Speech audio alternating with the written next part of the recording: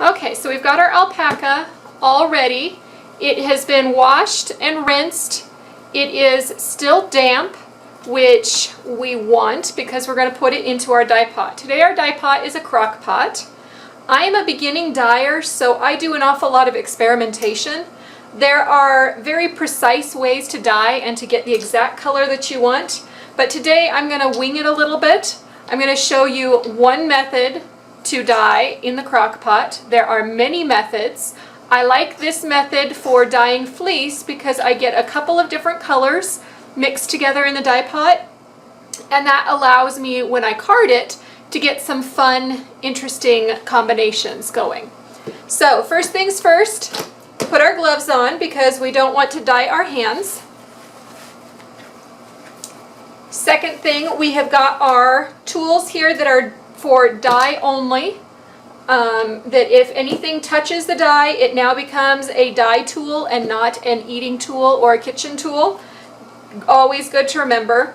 It is also good to cover your surface that you're working on so that you don't stain your countertop.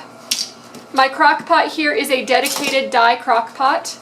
You can pick up a crock pot, usually at a thrift store for very inexpensive, that you can use for dyeing.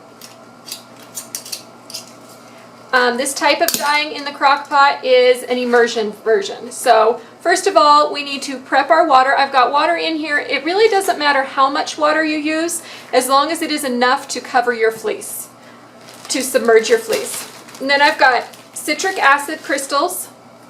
You can also use plain white vinegar, which is inexpensive and easy to come by.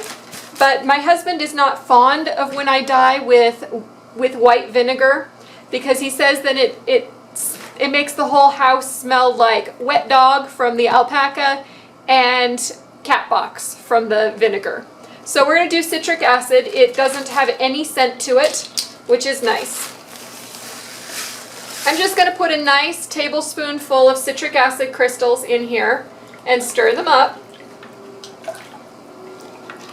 so that they dissolve. And then I'm going to place my fleece in my dye pot and submerge it.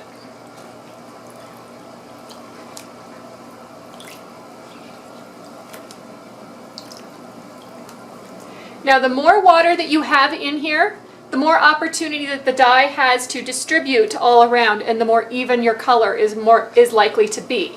The less water you have, the less opportunity it has to distribute, and the more you'll have clumps of color in various areas.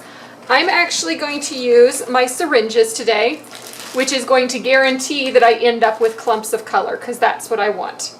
I'm going to use two dye colors today. These are Greener Shades dyes.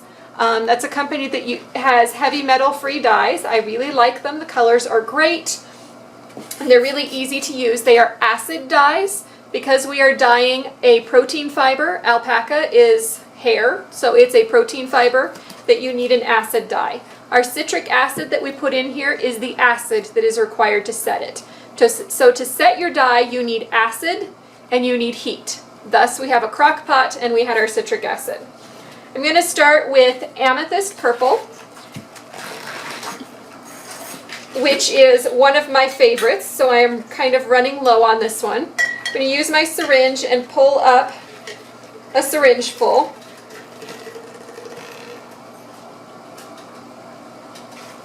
I got these syringes at a livestock supply company, I believe Tractor Supply.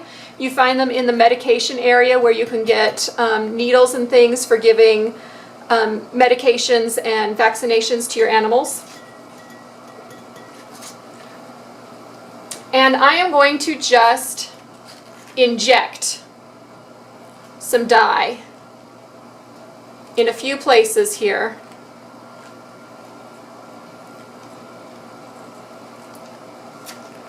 And that's going to concentrate the color in just a few areas. And then I'm going to go ahead and squish it down and let the water distribute it over some more area. So hopefully I'll get some sections where I've got really intense color and some other sections where it's a more pale purple. And the second color that I'm going to do on the other half of my Crockpot, this is why I like the oblong Crockpot, the oval Crockpot, because I've got a lot of top surface area. I'm going to use the Coral Reef Aqua, which I have never used this color before, so this will be a fun experiment. These are 60 milliliter syringes. I've got about 130 grams of alpaca fleece in here. The higher the concentration of dye to fleece means you're going to get a more intense color. The less dye to fleece means you're going to get a softer, more pale color in your dye. So if you want a really intense color, you're going to need more dye.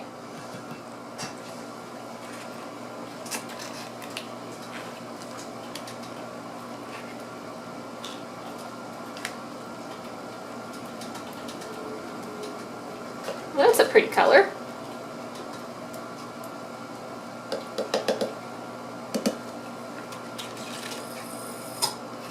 Okay.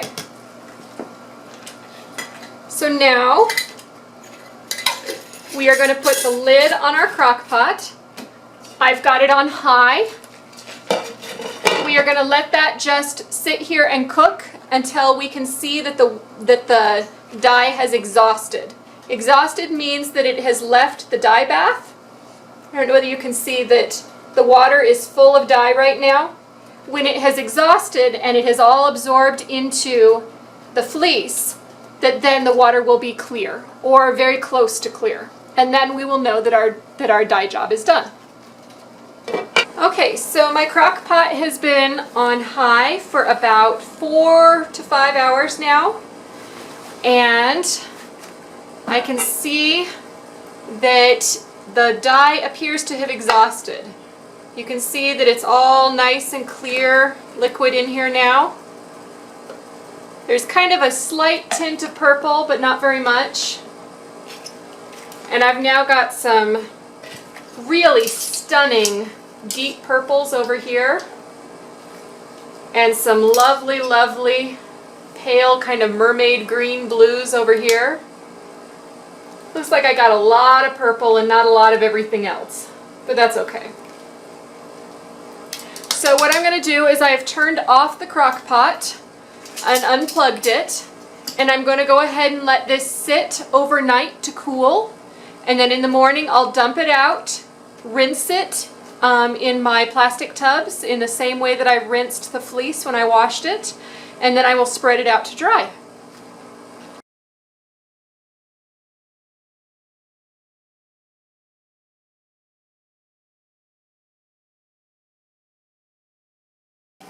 Okay, so we've got our fleece. It is all dyed. It is beautiful.